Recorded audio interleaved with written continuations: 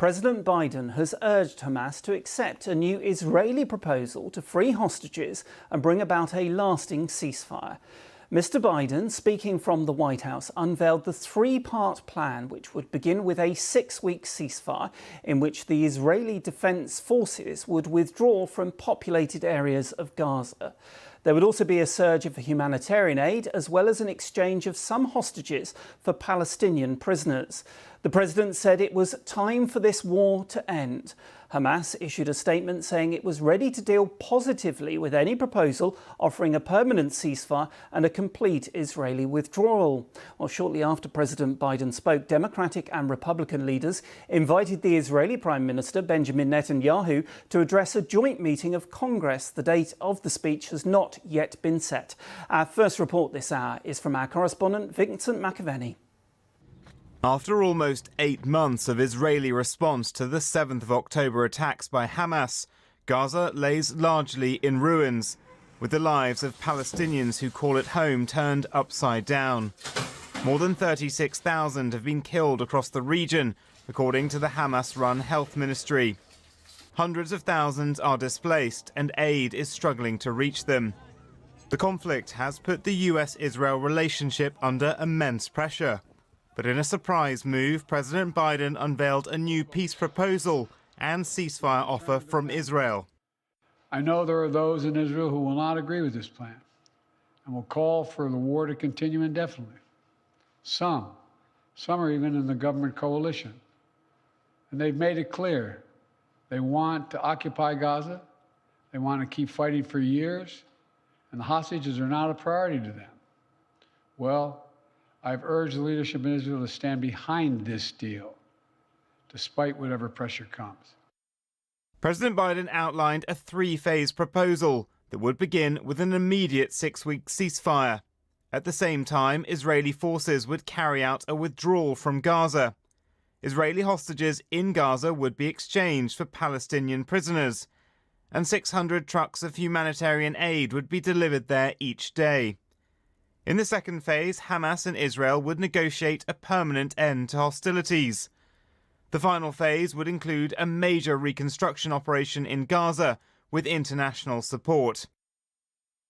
Among those urging Hamas to get on board was Foreign Secretary David Cameron, posting on social media, "Let's seize this moment and bring this conflict to an end."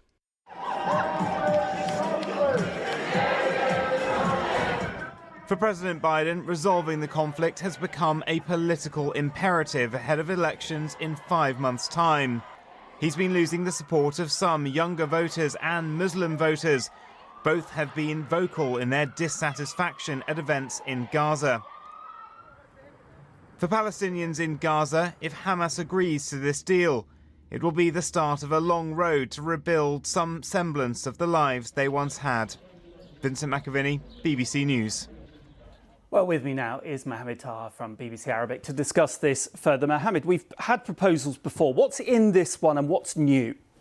It is an Israeli proposal. It does not include a permanent ceasefire. It does not include a full withdrawal from the Israeli forces from Gaza, which are the main 2 demands of Hamas. So what is Hamas's response to this so far? Hamas said we are responding positively to these proposals. They say that President Biden said that he mentioned permanent ceasefire. He actually mentioned permanent cessation of hostilities. They say that he mentioned full withdrawal from Gaza. He only mentioned withdrawal from the Israeli forces from the inhabited areas. How much pressure will be on Hamas now to accept this, and what is the next stage do you see of these proposals going forward?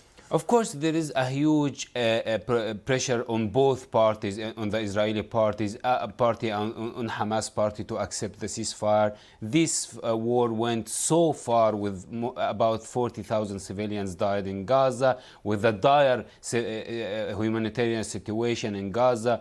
no a single fully functioning hospital, no school working, and these civilians are really want their life to come back again, along with the families of the hostages that are expecting to get the hostages back. Huge pressures from both sides. To what extent they would refuse these proposals and continue the war, I highly doubt that.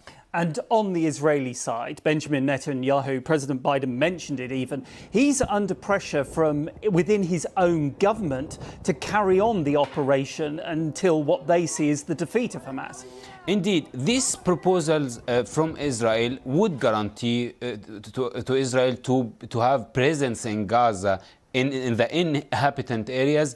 That this presence will allow them to restart the war at any time, hunt Hamas members at any time, being responsible in the security in Gaza. It is all about who will appear winning this war, Nikki. So if Hamas would accept that they go to these proposals without a guarantee of a permanent ceasefire, permanent withdrawal, they might appear that they lost the war. And if the Israelis would accept any proposal that would include permanent ceasefire, full withdrawal, they will appear that they lost this war. Mohammed Taha from BBC Arabic, thank you for joining us with the latest on that.